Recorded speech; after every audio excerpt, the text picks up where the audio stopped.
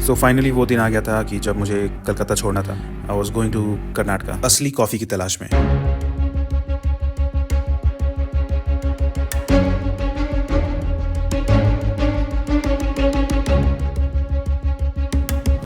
बहुत दिन बाद मैं ट्रैवल कर रहा था। I was alone with strangers. ये जो मैंने गॉगल्स लगाया हुआ है that is because I was feeling so anxious that time. Goggles लगाने से ऐसा लगता है कभी कभी कि no one is watching me. बहुत दिन तक बाहर नहीं निकलने पर क्या होता है कि आप घर में बहुत कुछ खाते हो, मेरे साथ भी ऐसी हुआ है, तो मेरा पेट बढ़ जाता है और उस तोंद को बचाने के लिए टी शर्ट के ऊपर से आजकल मुझे शर्ट लगाना पड़ता है।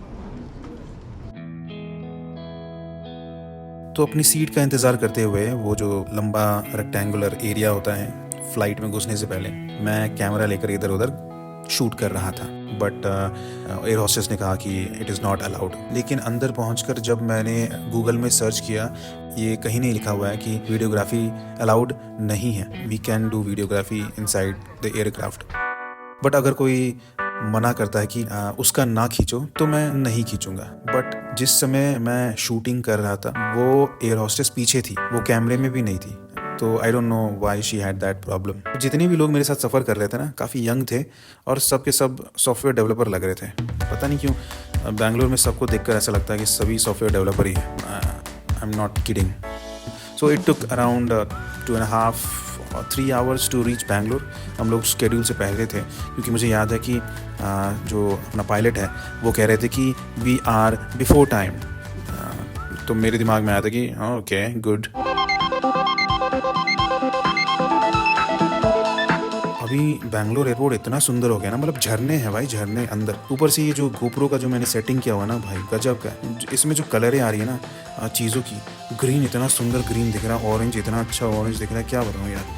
मतलब बैंगलोर एयरपोर्ट देख के मैं भौचक्का रह गया था और अंदर काफ़ी अप्रिशिएट कर रहा था कि वाह बैंगलोर। और वहाँ मेरा दोस्त मेरा इंतज़ार कर रहा था, वो कह रहा था कब आएगा। I am in Bangalore after a flight of 2.5 hours from Kolkata. मैं फाइनली यहाँ पे पहुँच गया हूँ। एयरपोर्ट वहाँ का इतना बड़ा है कि बीच में चलने के लिए ना एस्केलेटर लगा दिया है, और मेरे को बड़ा मज़ा आता है वो यूज़ करने में, क्योंकि अगर उसमें जाके खड़ा हो जाओ ना तो उसका स्पीड बड़ा स्लो होता है। बट अगर उसमें आप चलना स्टार्ट कर दिया ना तो वो आपका स्पीड जो हो जाएगा वो डबल हो जाएगा। आपका खुद का स्पीड चलने का प्लस वो एस्केलेटर का स्पीड, तो आपका स्पीड बढ़ जाएगा। ये बेसिकली फिज़िक्स में पढ़ा था मैंने। एयरपोर्ट के जस्ट बाहर लोग खड़े थे रिसीव करने के लिए। मैं तो नज़र भी नहीं मिलाता, क्योंकि एक तो मुझे पता है कि कोई मेरे को रिसीव करने नहीं आता।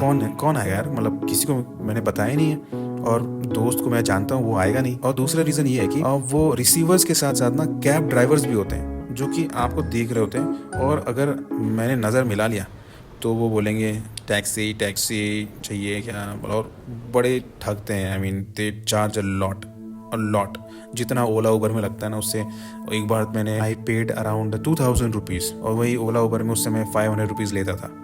सो आई फेल्ट सो स्कैम्ड। पैसे के मामलों में मैं काफ़ी गलती कर चुका हूँ, इतना गलती कर चुका हूँ कि मुझे सीखना ही पड़ा। क्योंकि इतने गलती करने के बाद अगर कोई इंसान सीखता नहीं है ना तो वो मूर्ख इंसान है।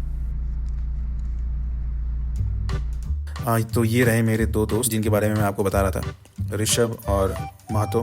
मातो को पता ही नहीं था कि मैं आ रहा हूँ, वो ऋषभ से मिलने आया था कोइंसिडेंटली। और वो कह रहे थे कि दोनों कभी नहीं मिलते हैं, आई मीन बहुत कम मिलते हैं, पिछले 2-3 महीने से नहीं मिले थे।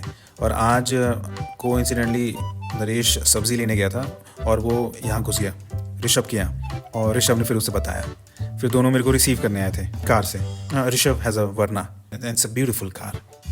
तो बैंगलोर में दोस्त के यहाँ मैं 2 दिन रहा था। मातो ने चिकन भी बनाया, वो बहुत अच्छा बनाता है चिकन। तो हमने कहा कि भाई चिकन ले आते हैं, तू बना दे। तो ही सेड ओके। काफ़ी सारी बातें की हमने, करियर से लेकर पैशन तक, पैसों से लेकर बुढ़ापे तक। और सभी यही कह रहे थे कि वो अर्ली 20s वाला एनर्जी नहीं रहा। We have become old. घुटने दर्द करने लगे हमारे, कमर दर्द करता है। तो ऐसी बातें चलती रही। बैंगलोर से कुर्ग जाने के लिए मुझे बस पकड़नी थी, तो ऋषभ मेरे को छोड़ने आया था मेट्रो तक। फिर उससे मैंने हाथ मिलाया और थोड़ा बहुत पोज करने को कहा था आई थिंक मैंने। तो फिर क्या, मैं निकल गया अकेले पिंक मोजे में काला जूता घुसाकर अपने सूटकेस के साथ कुर्ग की ओर। क्योंकि मुझे बैंगलोर से डायरेक्टली कुर्ग के लिए बस नहीं मिल रही थी, तो इसीलिए मुझे पहले मैसूर जाना था। उसके बाद मैसूर से कुर्ग की जो बसें हैं वो काफ़ी आसानी से मिल जाती है। तो बैंगलोर से लाल कलर की स्टेट बस लेकर मैं मैसूर पहुंच गया। आई वॉज हंग्री एक्चुअली, क्योंकि सुबह से मैंने कुछ नहीं खाया था। पहले तो मेरे को मन था कि प्लेन राइस और सांभर खाने का, पकोड़े के साथ। फिर मैंने देखा कि प्लेन राइस के बगल में एक मसाला राइस भी है, तो मसाला राइस देखकर मैंने बोला कि मुझे मसाला राइस चाहिए। तो फिर मसाला राइस लेकर और 2 वड़े लेकर मैं खाने लगा। लेकिन जब मैंने मसाला राइस का पहला स्पून लिया, मेरे दिमाग में आया कि अगर मैं मसाला राइस ना ही बोलता तो अच्छा होता। I was missing the plain rice. तो मैसूर से खाना खाकर मैं निकल गया कुर्ग की ओर। कुर्ग जो है, कुर्ग एक हिल स्टेशन है और मैसूर एक प्लेन है। तो वो ट्रांसफॉर्मेशन आपको दिखता है जब आप प्लेन से हिल्स की तरफ जाते हो। वो धीरे धीरे जंगलें आती हैं, फिर प्लेन्स ख़त्म होता जाता है और पहाड़ें आ जाती हैं।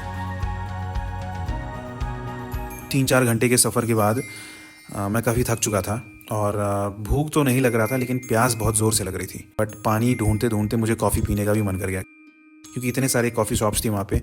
तो इतने सारे कॉफ़ी शॉप्स देखकर मेरा मन डोल गया और मैंने एक कॉफ़ी शॉप में जाकर कॉफ़ी ऑर्डर कर दिया। कॉफ़ी का वेट करते करते थोड़ा व्लॉगिंग करने लगा वहीं पे। आप जैसे कि मेरा तोंद देख रहे हो, काफ़ी बढ़ चुका है, अभी 5-6 किलो हो चुका है extra. Coffee was good, but still मेरा जो ब्रू कॉफ़ी था it was way better.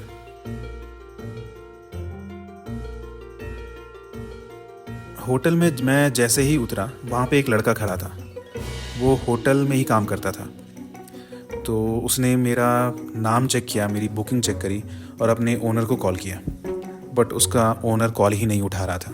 Problem ये था कि उसके ओनर के बिना उसे पता नहीं था कि कौन सा रूम मुझे देना है। 15-20 मिनट के बाद जब मैंने उसे कहा कि भाई कितना टाइम लगेगा, क्या जब तक वो उठाएगा नहीं तब तक तुम मुझे रूम नहीं दोगे, तो वो ये सुनकर वो मुझे एक रूम दे देता है जो कि काफ़ी बड़ा होता है, जो कि मुझे पता था कि गलत है, क्योंकि मैंने डबल रूम बुक किया था and that room was triple room, which I did not mind at all. तो ये मेरी कहानी थी कोलकाता से बैंगलोर होते हुए कुर्ग आने की, जो कि एक कॉफ़ी हेवन है। लेकिन अब इस कॉफ़ी हेवन में क्या क्या कर सकते हैं, कहाँ कहाँ जा सकते हैं, वो आगे मैं आपको नेक्स्ट वीडियो में बताऊँगा। तब तक के लिए यो।